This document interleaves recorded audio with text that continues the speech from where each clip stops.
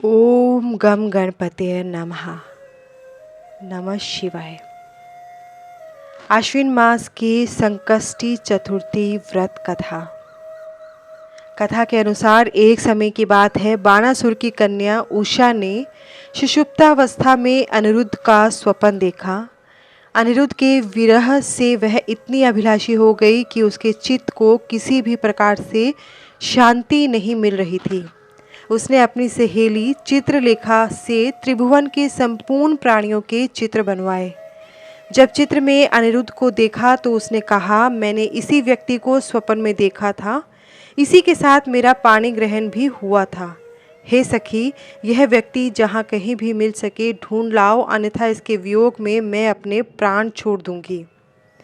अपनी सखी की बात सुनकर चित्रलेखा अनेक स्थानों में खोज करती हुई द्वारकापुरी में जा पहुंची। चित्रलेखा राक्षसी माया जानती थी। उसने वहां अनिरुद्ध को पहचान कर उसका अपहरण कर लिया और रात्रि में पलंग सहित अनिरुद्ध को उठाकर वह गोधूली वेला में बाणासुर की नगरी में प्रविष्ट हुई। इधर प्रद्युम्न को पुत्र शोक के कारण असाध्य रोग से ग्रसित होना पड़ा। अपने पुत्र प्रद्युम्न एवं पौत्र अनिरुद्ध की घटना से श्री कृष्ण जी भी व्याकुल हो उठे। रुक्मणी भी पौत्र के दुख से दुखी होकर बिलखने लगी और खिन्न मन से कृष्ण जी से कहने लगी, हे नाथ, हमारे प्रिय पौत्र का किसने हरण कर लिया, अथवा वह अपनी इच्छा से ही कहीं गया है। मैं आपके सामने शोकाकुल हो अपने प्राण छोड़ दूंगी। रुक्मणी जी की ऐसी बात सुनकर श्री कृष्ण जी यादवों की सभा में उपस्थित हुए। वहां उन्होंने परम तेजस्वी लोमश ऋषि के दर्शन किए। उन्हें प्रणाम कर श्री कृष्ण ने सारी घटना कह सुनाई। श्री कृष्ण ने लोमश ऋषि से पूछा, हे मुनिवर, हमारे पुत्र को कौन ले गया? वह कहीं स्वयं तो नहीं चला गया है? हमारे बुद्धिमान पौत्र का किसने अपहरण कर लिया है? यह बात मैं आपसे जानना चाहता हूँ। उसकी माता पुत्र वियोग के कारण बहुत दुखी है।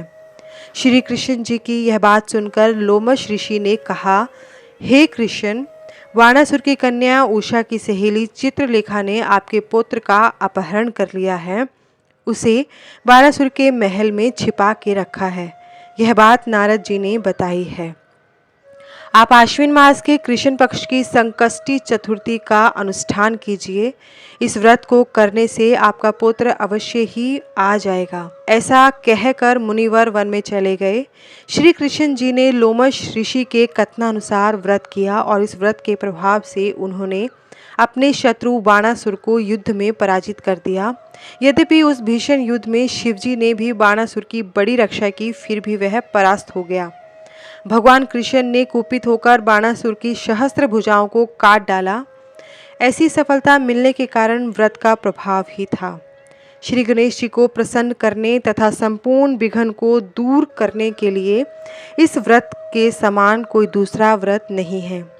श्री कृष्ण जी ने कहा, हे राजन, संपूर्ण विपत्तियों के विनाश के लिए मनुष्य को इस व्रत को अवश्य ही करना चाहिए। इसके प्रभाव से आप शत्रुओं पर विजय प्राप्त करेंगे एवं राज्याधिकारी होंगे। इस व्रत के महिमा का वर्णन बड़े बड़े विद्वान भी नहीं कर सकते। हे कुंती पुत्र, मैंने इसका अनुभव स्वयं किया है। यह मैं आपसे सत्य कह रहा हूँ। इसी के साथ आश्विन मास के संकष्टी चतुर्थी व्रत कथा संपन्न होती है। श्री गणेशाय नमो नमः। नमः शिवाय। धन्यवाद।